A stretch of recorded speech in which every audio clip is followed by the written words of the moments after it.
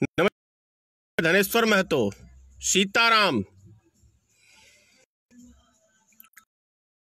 एक कहावत है, क्या मिलिए ऐसे लोगों से जिनकी फितरत छुपी रहे, नकली चेहरा सामने आए, असली सूरत छुपी रहे।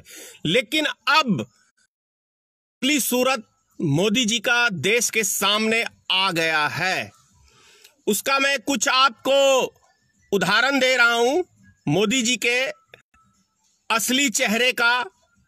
पहले क्या देश की जनता को ये संबोधित करते थे और आज देश के अंदर क्या हो रहा है, इससे आपको स्पष्ट पता चल जाएगा। मैं एक वीडियो मोदी जी का भाषण आप लोग को दिखा रहा हूं। एक वीडियो आप लोग सुन लीजिए। ऐसी गलती नहीं कर सकता हूं क्योंकि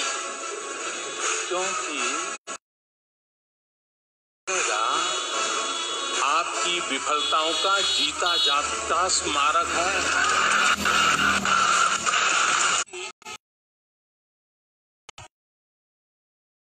बुझ कहती है कि मनरेगा कभी बंद मत।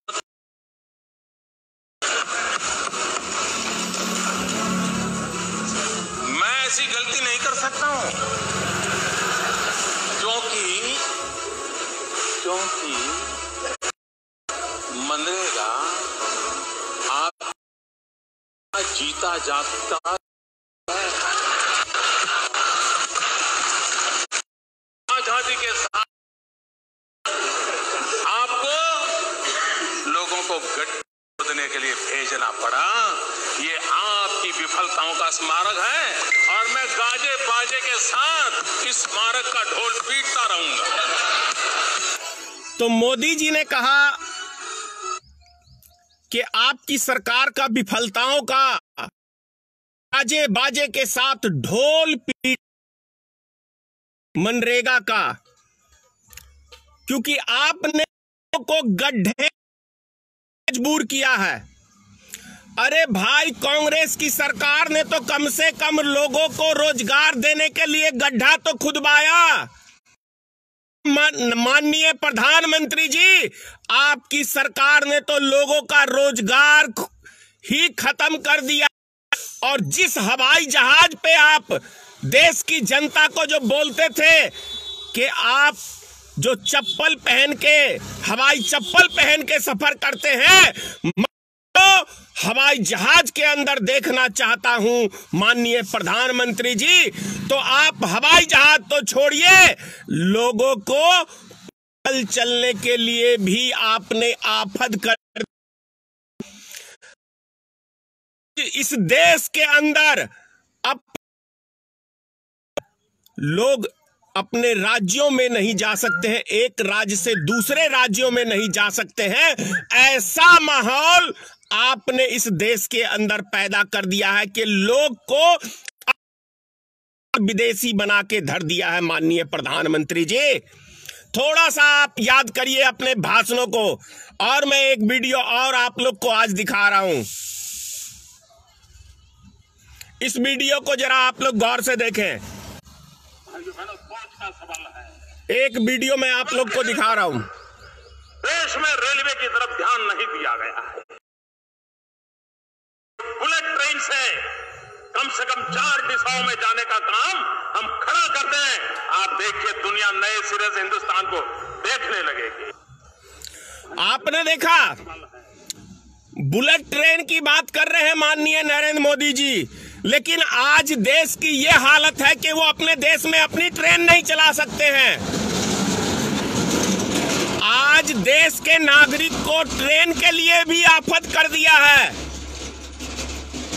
और ये जो आज 1,40,000 कोरोना वायरस के मरीज फैले हैं या बढ़े हैं, इसका जिम्मेदार कौन है? इसका जिम्मेदार इस देश का प्रधानमंत्री है। क्योंकि जिस टाइम में लॉकडाउन हुआ था, उस समय के अंदर सिर्फ 200 कुछ मरीज थे। अगर प्रधानमंत्री जी चाहते तो एक हफ्ते के लिए रेलगाड़ी को चालू करके एक एक व्यक्ति को घर भेजते, आज 1,40,000 मरीज नहीं होते। कुछ हजारों में सिमट के ये बात खत्म हो जाती। लेकिन अभी योगी आदित्यनाथ का एक बयान आया है, कितना शर्मसार करने वाला ये बयान है कि 75% कोरोना वायरस के मरीज मजदूर है आज के टाइम में। यानी कि इस देश के अंदर बीमारी यदि कोई फैला रहा है तो इस देश का गरीब मजदूर किसान फैला रहा है। ये योगी आदित्यनाथ का बयान है, शर्मसार करने वाला बयान है। अपनी नाकामी को छुपाने के लिए ये लोग हर चीज गरीब मजदूर किसानों के ऊपर थोप देते हैं। ऐसी घटिया हमारे देश में सरकार चुनी है हमने। आज तो कम से कम ये देश की जनता को मानना पड़ेगा कि नरेंद्र मोदी ने जो कहा वो ठीक उसका विपरीत करता है। ऐसा तो हिटलर ने भी नहीं किया होगा कि गरीब मजदूरों को पैदल चला चला के मारा होगा। लेकिन ये भारतीय जनता पार्टी की सरकार, ये हिटलर की सरकार, ये तानाशाही की सरकार, ऐसा तानाशाही हिटलर ने भी नहीं दिखाया होगा जो भारतीय जनता पार्टी ने इस देश के अंदर हिटलर शाही और तानाशाही की सत्ता।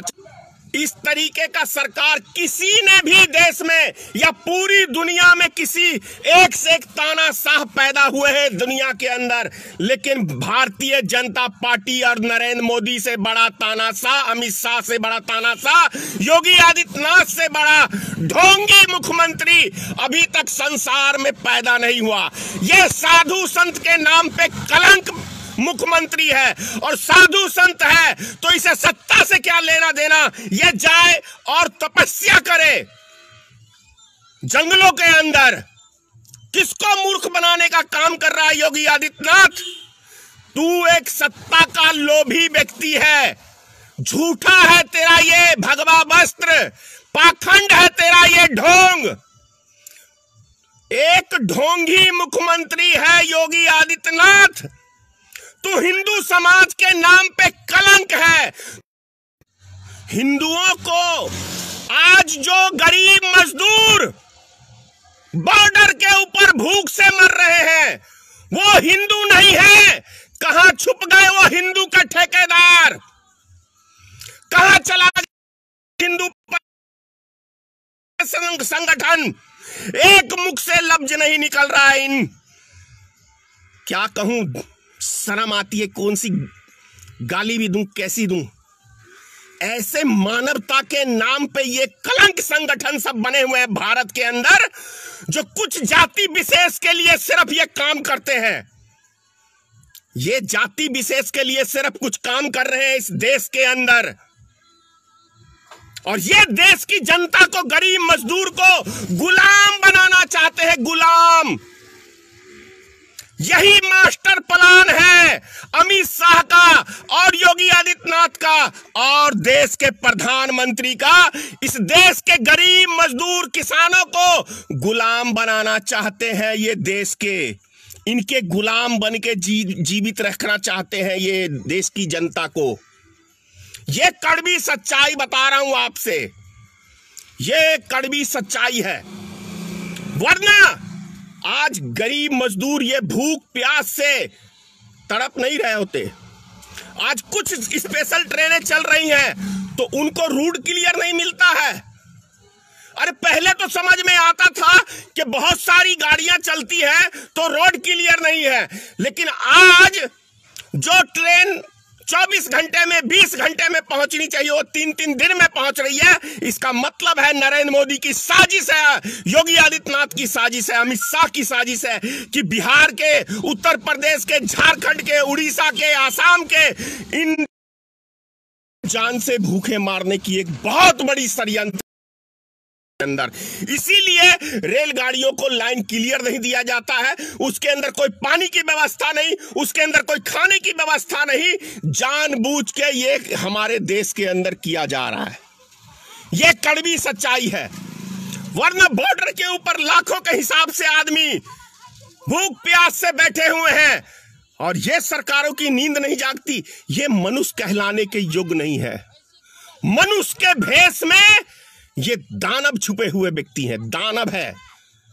बहुत ही घटिया मानसिकता के हमारे देश को जनप्रतिनिधि मिला है, मुख्यमंत्री के रूप में, प्रधानमंत्री के रूप में, और एक हिटलर क्या कहते हैं अमित शाह के रूप में।